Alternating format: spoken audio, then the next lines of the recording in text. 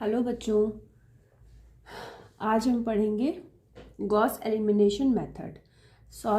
हमारा क्वेश्चन है solve the following system of equation using the Gauss elimination method.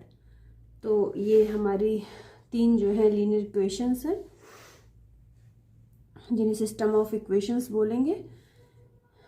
तो इसमें आप देखिए कि हमारी तीन इक्वेशन लिखी हुई हैं। 2x + y + 4z = 12, 8x - 3y + 2z = 20, 4x + 11y - z = 33। ये थ्री इक्वेशंस हैं हमारी। तो हमारा सॉल्यूशन में सबसे पहले हम क्या करते हैं कि जिस भी इक्वेशन में x का कोफिशिएंट सबसे ज़्यादा होता है तो उसे हम सबसे ऊपर लिख लेते हैं, उसके बाद उससे कम वाली कोफिशिएंट वाली इक्वेशन और उसके बाद सबसे कम कोफिशिएंट वाली इक्वेशन लिख लेते हैं। तो x का कोफिशिएंट सबसे ज़्यादा किस में है, सबसे बड़ा कोफिशिएंट है इक्वेशन नंबर 2 में, तो उसे हमने सबसे ऊपर लिख लिया है। उसके बाद इक्वेशन नंबर 3 और फिर उसके बाद इक्वेशन नंबर 1 लिखा है। तो जिसमें सबसे बड़ा कोफिशिएंट होता है x का, एक्चुअली उसे हम बोलते हैं पाइवट। क्या बोलते हैं? पाइवट। तो अब हमारी जो बाकी की दो इक्वेशन हैं उससे हमें x एलिमिनेट करना है। अब आप ये सोच रहे होंगे कि हमें जो है यहाँ से x क्यों एलिमिनेट करना है। इसलिए एलिमिनेट करना है क्योंकि गॉस एलिमिनेशन मेथड में जो आपकी मैट्रिक्स होती है, तो अगर आपको याद होगा, आपने BCA फर्स्ट सेम में पढ़ा होगा अपर ट्रायंगुलर मैट्रिक्स, तो हमें इसको अपर ट्रायंगुलर मैट्रिक्स की फॉर्म में लाना है। मतलब जैसे आपका अगर डायगोनल है 8x, 11y और 4z, तो इसके जो नीचे के तीन एलिमेंट्स हैं 4x, 2x और y, इनको हमें क्या बनाना है? 0 बनाना है। अच्छा, पाइवट का जो मीनिंग होता है, मतलब इसको हमें कहीं नहीं हिलाना डुलाना है, इसको हमें नहीं छूना है, इस इक्वेशन को बिल्कुल भी डिस्टर्ब हमको नहीं करना है। हमारी दो इक्वेशन है, इनको ही हम एलिमिनेट करेंगे, यहाँ से x एलिमिनेट करेंगे। तो सबसे पहले हमने लिखा हुआ है elimination of x from 2 and 3। तो इसके लिए हम क्या करें? अच्छा, ये देखिए सिस्टम ऑफ इक्वेशन आपकी लिखी होती है तो उसको आप मैट्रिक्स की इस तरीके से फॉर्म में लिख सकते हो। तो यहाँ देखिए x के कोफिशिएंट लिखे हैं पहले कॉलम में, दूसरे कॉलम में y के कोफिशिएंट लिखे हैं और तीसरे कॉलम में z के कोफिशिएंट लिखे हुए हैं।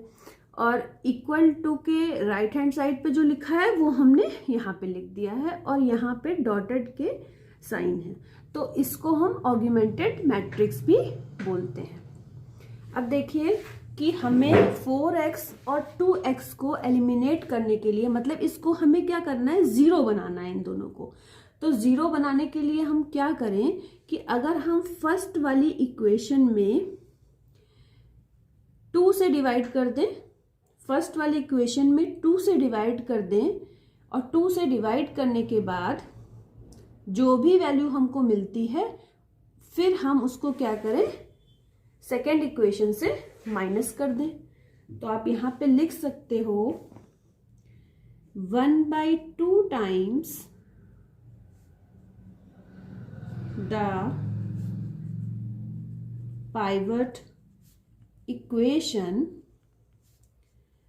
From the second equation. यहाँ पे लिख दो subtract 1/2 times the pivot equation from the second equation. तो जब आप पाइवट इक्वेशन आपकी है ये 8x - 3y + 2z = 20, इसमें अगर आप 2 से क्या करोगे? डिवाइड करने के बाद जो भी आपकी इक्वेशन आती है उसको आपने इस सेकेंड वाली इक्वेशन से माइनस करोगे तो आपको क्या मिलेगा? आप यहाँ पे लिख सकते हो, सबसे पहले तो आप first equation as it is लिख लो। तो आपको मिलेगा ये वाला एलिमेंट आपका क्या हो जाएगा? 0 हो जाएगा, y की जगह पे आ जाएगा आपका 25/2 y minus 2z is equal to 23।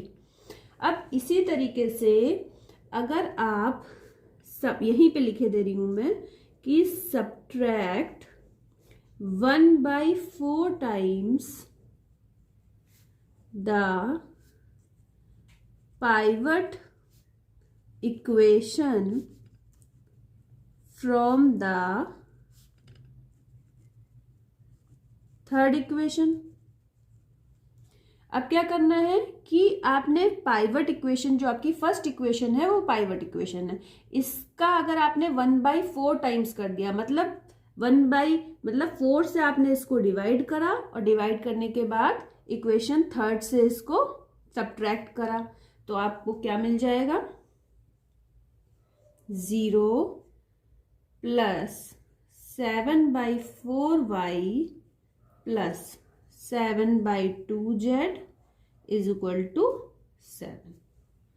तो अब हमारी मैट्रिक्स कैसी हो जाएगी, ऑग्यूमेंटेड मैट्रिक्स 8 0 0 -3 25/2 7/4 2 -2 7/2। अब जो राइट हैंड साइड वाला पोर्शन है वो भी इन दोनों इक्वेशन के हिसाब से आप देखिए चेंज हुआ है, 20 23 और 7।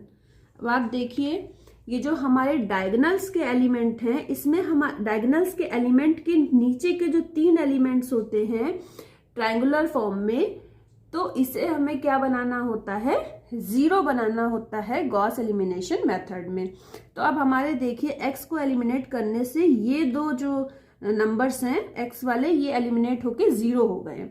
अब अगर हमें 7/4 को 0 बनाना है तो उसके लिए हमें y एलिमिनेट करना पड़ेगा। तो आइए देखते हैं कि हम क्या करते हैं। तो यहां लिखिए elimination of y। Elimination of y के लिए हम क्या करें,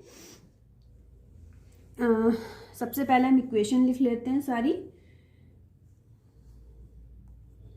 8x - 3y + 2z is equal to 20। 25/2y - 2z, 0 को हमने नहीं लिखा है, 23। उसके बाद 7/4y + 7/2z is equal to 7। अब हमारी जो ये वाला है नंबर, ये हमारा हो जाएगा पाइवट। क्या हो जाएगा, पाइवट। अब देखिए एलिमिनेट आपको कौन सा नंबर करना है, ये वाला नंबर। y के साथ जो कोफिशिएंट लिखा है 7/4, तो ये वाला आपको 0 बनाना है, तो यहां पे लिख दीजिए एलिमिनेट। अब आपको ये 0 बनाना है। तो अब देखिए कि हम ऐसा क्या करें कि हमारा ये वाला नंबर क्या बन जाए, 0 बन जाए। तो इसके लिए हम क्या करें, मतलब पाइवट इक्वेशन में हम क्या करते हैं, डिवाइड करते हैं, किसी ऐसे नंबर से डिवाइड करेंगे और उसके बाद फिर इस नंबर में सब्ट्रैक्ट करेंगे, तो हमारा ये वाला नंबर क्या हो जाएगा, 0 हो जाएगा। तो इसके लिए हम क्या करें कि अगर हम इसमें 7 सब्ट्रैक्ट करें, अगर हम सब्ट्रैक्ट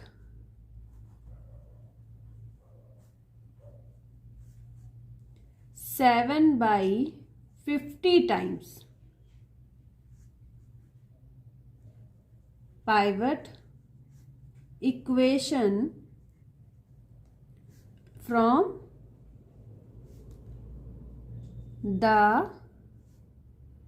थर्ड इक्वेशन,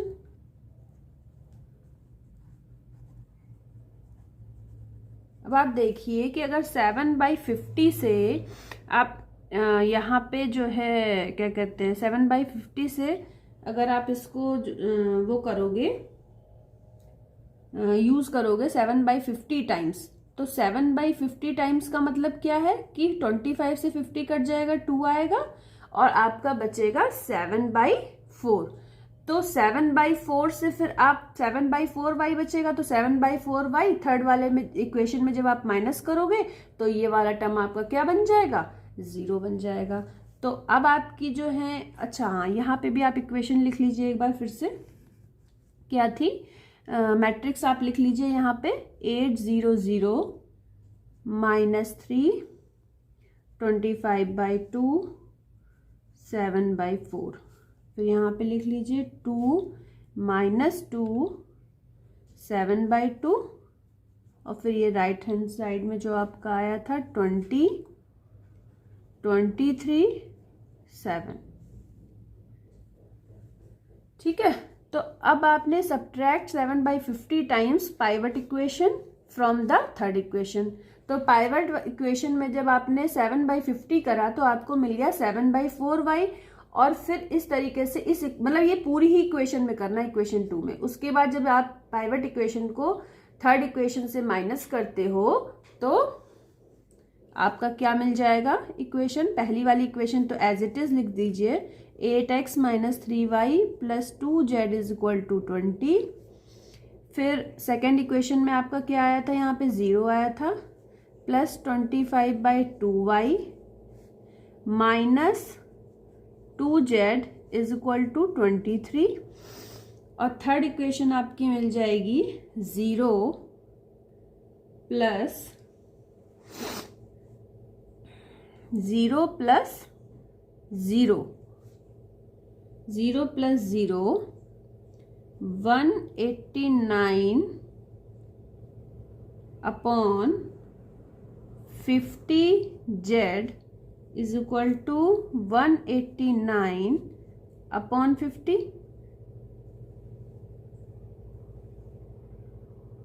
ये मिल जाएगा आपको। अब देखिए इसको आप किस तरीके से लिख सकते हो,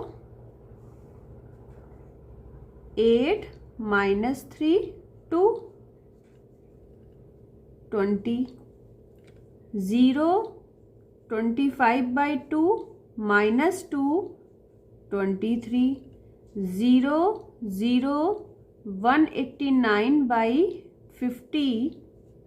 यहाँ पे भी क्या हो जाएगा 189/50। तो ये आपकी ऑग्यूमेंटेड मैट्रिक्स मिल गई। अब आप क्या करोगे कि नेक्स्ट हेडिंग इसमें आप डालोगे back substitution, back substitution determination of z, y, x। अब आप देखिए हमने ऐसा क्यों किया, देखिए तो इसको आप ऐसे लिखो 8 - 3 2, यहाँ पे आप लिखेंगे x y z, 0 25/2 - 2 0 0 189/50 = अब ये जो डॉटेड लाइन की इधर लिखा था इसको हम ऑग्यूमेंटेड मैट्रिक्स बोलते हैं, इस पूरे को इस फॉर्म में। तो अब इसको हमने इस तरीके से क्यों लिख लिया, क्योंकि हमें x y z की वैल्यू निकालनी है। अब आप देखिए फर्स्ट इक्वेशन आपकी क्या बनेगी, 8x - 3y + 2z = 20। 8 का मल्टीप्लाई x में, -3 का y में, 2 का z में। इसी तरीके से सेकेंड इक्वेशन में 0 + 25/2y - 2z = 23। और लास्ट इक्वेशन आपकी बनेगी 0 + 0 + 189/50z = 189/50। ये आपकी इक्वेशन बन गई 4, 5, 6। अब इन 3 इक्वेशन से आपको एक्स वाई जेड की वैल्यू निकालनी है। अब आप देखिए, फ्रॉम इक्वेशन 6 जेड की वैल्यू क्या आ गई, 1 आ गई। 189/50 अपॉन 189/50, तो जेड की वैल्यू आपको 1 मिल गई। अब आपने put Z is equal to 1 in equation 5। Equation 5 में जब आपने Z is equal to 1 put कर दिया तो आपको क्या मिल गया, 25/2y minus 2 is equal to 23। तो y इज इक्वल टू, ये 2 इधर आ जाएगा तो 25 बन जाएगा, इंटू 2/25 इज इक्वल टू 2। तो y की वैल्यू आपको मिल गई 2, z की वैल्यू मिल गई 1, y की वैल्यू मिल गई 2। अब देखिए, put z is equal to, एक बार फिर से देख लेते हैं क्या है, z is equal to 1, y is equal to 2। z is equal to 1 and y is equal to 2 in equation 4। अब इक्वेशन 4 हमारी क्या है, 8x minus 3y plus 2z। 8x minus 3y plus 2z is equal to 20। तो हमने यहाँ पे value put कर दी, 3 into 2, 2 into 1 is equal to 20। तो 8x इज इक्वल टू आपका क्या हो गया, 20 माइनस 2 प्लस 6। 2 माइनस करा 18 और 18 में आपने लिया 20 में 6 प्लस करा 26, 2 माइनस करा तो 24। 8x इज इक्वल टू 24, तो x इज इक्वल टू आपको क्या मिल गया, 3। तो आपको 3 वैल्यू x, y, z की मिल गई। Solution is x is equal to 3, y is equal to 2 and z is equal to 1। ये आपका आंसर हो गया। तो आशा करती हूं कि आपको ये क्वेश्चन समझ में आ गया होगा। आइए देखते हैं second question. Solve the linear system of equation y plus Z is equal to 2, 2x plus 3z is equal to 5 and x plus Y plus Z is equal to 3 by Gauss elimination method.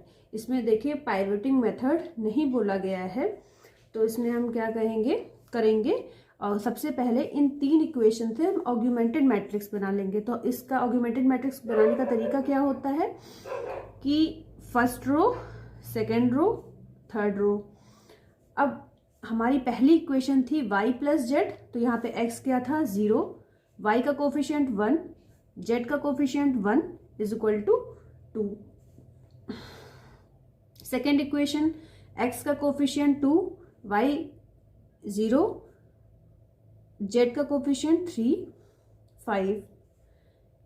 फिर third equation में तीनों के coefficient 1 थे, equal to 3 था, तो 3 हमने इधर लिख दिया। ये जो तरीका होता है आर्ग्यूमेंटेड मैट्रिक्स बनाने का होता है। अब देखिए स्टेप 1 में हमने क्या किया कि इंटरचेंज कर दिया फर्स्ट और सेकेंड रो को। क्यों? क्योंकि गॉस एलिमिनेशन मेथड में हमें अपर ट्रायंगुलर मैट्रिक्स बनानी होती है। देखिए अपर ट्रायंगुलर मैट्रिक्स क्या होती है, पहले वाले क्वेश्चन में भी हमने बताया था कि इसमें जो डायगोनल के एलिमेंट होते हैं उसके जो नीचे के 3 एलिमेंट होते हैं वो हमें क्या बनाने होते हैं, 0 बनाने होते हैं।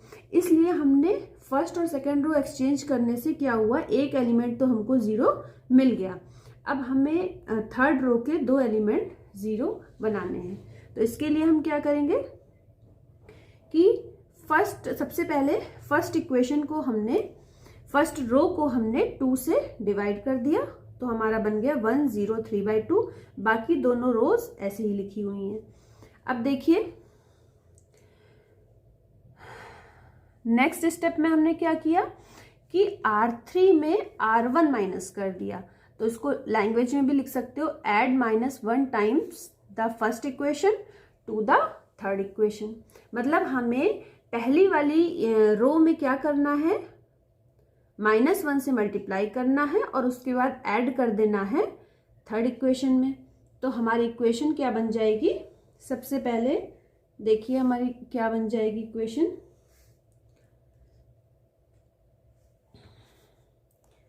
x + 3/2z is equal to 5/2,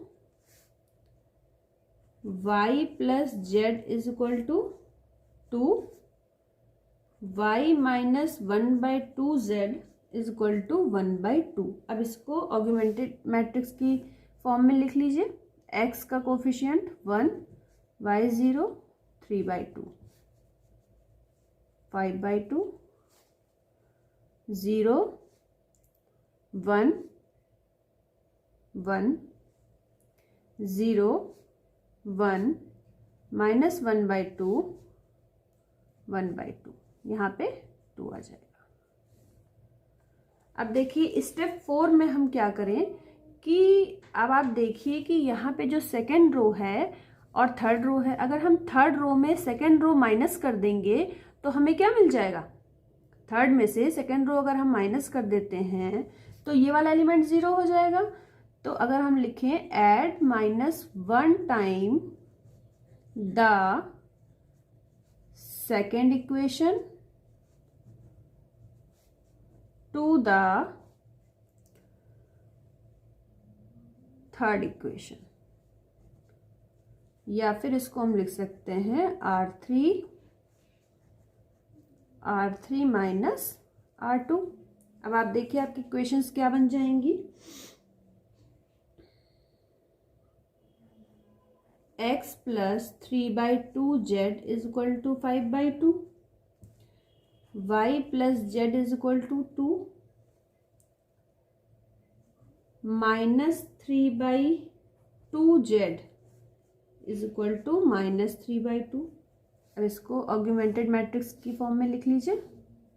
तो क्या हो जाएगा 1, 0, 3/2, 5/2, 1 नहीं, ये तो 0 है एलिमेंट x, 1, 1, 2, 0, 0, -3/2, -3/2।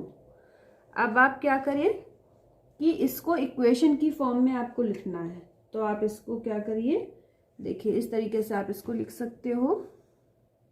सबसे पहले आप नॉर्मल जैसे आपकी 3 × 3 की मैट्रिक्स होती है, 1, 0, 3/2, 0, 1, 1, 0, 0, -3/2। फिर आप क्या करें, यहाँ पे लिखें x, y, z। उसके बाद आप लिखिए जो डॉटेड लाइन के इधर लिखा हुआ है 5/2, 2, -3/2। अब आप इसको वापस से इक्वेशन की फॉर्म में लिखिए। तो क्या बन जाएगा, x + 3/2z, क्योंकि y आपका 0 है, इज इक्वल टू 5/2। यहाँ पे x 0 है सेकेंड इक्वेशन में, तो क्या लिखेंगे सेकेंड रो में, तो y + z is equal to 2। Third वाले में केवल z वाला कोफिशिएंट आएगा, इज इक्वल टू -3/2। तो ये आपकी 3 इक्वेशन बन जाएंगे। यहाँ से आप सबसे पहले z की वैल्यू निकाल लीजिए। ये फर्स्ट, ये 4, ये 5 और ये 6। तो आप देखिए इक्वेशन 6 से देखिए क्या होगी, z की वैल्यू -3/2 अपॉन -3/2। तो आपको z की वैल्यू मिल गई 1। फिर आपने z की value put z is equal to 1 in equation 5। तो आपको y की वैल्यू मिल जाएगी 1। Put z is equal to 1, y is equal to 1 in equation 4। तो आपको x की वैल्यू मिल जाएगी 5/2 माइनस 3/2 2/2 इज इक्वल टू 1। तो आपको x की वैल्यू मिल गई 1। तो आपको तीनों की वैल्यू मिल गई 1। तो आप यहाँ पे लिख दो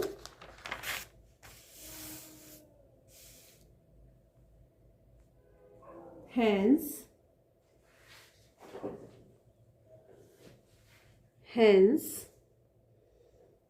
the set of solution is x, y, z 1, 1, 1, a unique solution।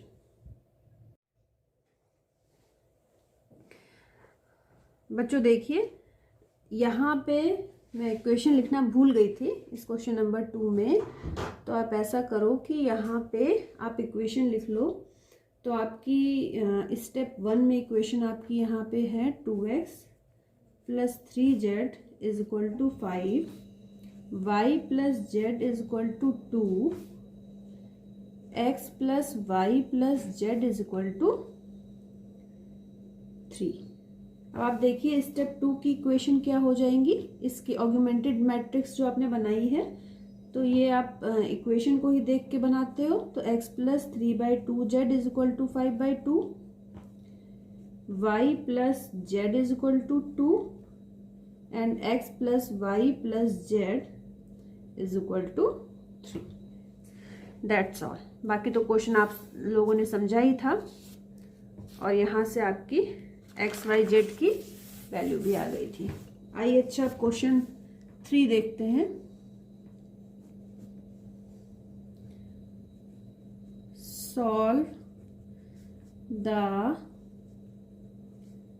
Linear system by Gauss elimination method. तो आपकी 3 इक्वेशन दी हुई हैं, x plus Y plus Z is equal to 3, x plus 2y plus 2z is equal to 5, 3x plus 4y plus 4z is equal to 11। ये आपकी 3 equation दी हुई हैं। तो अब आप देखिए इसका सॉल्यूशन। सबसे पहले हम इसको ऑगमेंटेड मैट्रिक्स की फॉर्म में लिख लेंगे।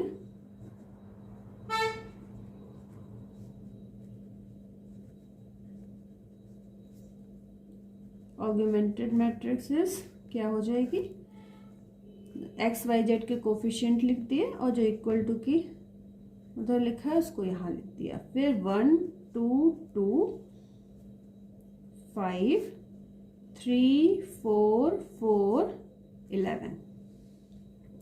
अब देखिए स्टेप 1 में हमने क्या करा कि अगर हम R2 में R1 माइनस कर दें और R3 में हम क्या करें कि R3 में हम क्या लिख सकते हैं, R3 माइनस 3R1। तो अब आप ये देखिए कि हमने 2 रो ऑपरेशन लगाए हैं। तो इसमें अब आप देखिए आपकी मैट्रिक्स क्या बन जाएगी, ऑगमेंटेड मैट्रिक्स क्या बन जाएगी आपकी। अगर आप R2 में R1 माइनस करते हो, आप पहले R1 वाली आप ऐसे ही लिख लो, R1 वाली आप ऐसे ही लिख लो और R2 में R1 माइनस करते हो तो 0 1 1 2, फिर R3 में 3R1, मतलब R1 में 3 का मल्टीप्लाई करिए R1 रो में और उसके बाद फिर आप R3 से माइनस करिए तो आपको मिलेगा 0 1 1 2। ठीक है, तो अब इसको आप इक्वेशन की भी फॉर्म में लिख सकते हो, x plus Y plus Z is equal to 3, y plus Z is equal to 2, y plus Z is equal to 2। अब आप देखिए फिर से अगर हम R3 में R2 माइनस कर दें तो अब आप देखिए कि हमें क्या मिल जाएगा, ऑगमेंटेड मैट्रिक्स 1 1 1 3 0 1 1 2। अब आप देखिए R3 में अगर आप R2 माइनस कर देते हो तो 1 से 1 माइनस हुआ 0, 1 से 1 माइनस हुआ 0, 2 से 2 माइनस हुआ 0, तो 0 0 0। तो अब इक्वेशन क्या हो गई आपकी, x plus Y plus Z is equal to 3, y plus Z is equal to 2, और थर्ड तो ऑपरेशन है ही नहीं, तो फिर हम कुछ थर्ड वाली रो में कुछ लिखा ही नहीं हुआ है, 0 लिखा हुआ है, तो फिर हमने 0 रख दिया। अब आप देखिए यहाँ पे आपकी वैल्यूज अगर आपको निकालनी है तो आप क्या करोगे, सबसे पहले तो आप मैट्रिक्स लिख लोगे, जो भी आपकी फाइनल मैट्रिक्स आई है ऐसे। फिर यहाँ पे आप लिख लोगे x y z equal to लगा के, फिर आप यहाँ लिखोगे 3 2 0। अब आप इक्वेशन बना लो, x plus Y plus Z is equal to 3, y plus Z is equal to 2। अब आप देखिए कि अगर y plus Z is equal to, ये आपकी इक्वेशन 4 है, ये इक्वेशन 5 है, अगर put the value of y plus z in equation 4, तो क्या आ जाएगी आपकी value, x plus 2 is equal to 3, x is equal to आपको क्या मिल गया, 1 मिल गया। x की वैल्यू आपको क्या मिल गई, 1 मिल गई। अब आप देखिए कि x की वैल्यू आपको 1 मिल गई, let z is equal to अगर हम 0 ले लेते हैं तो आपको y की वैल्यू क्या मिल जाएगी, 2। तो आपका सॉल्यूशन क्या हो जाएगा, x comma y comma z 1 comma 2 comma 0।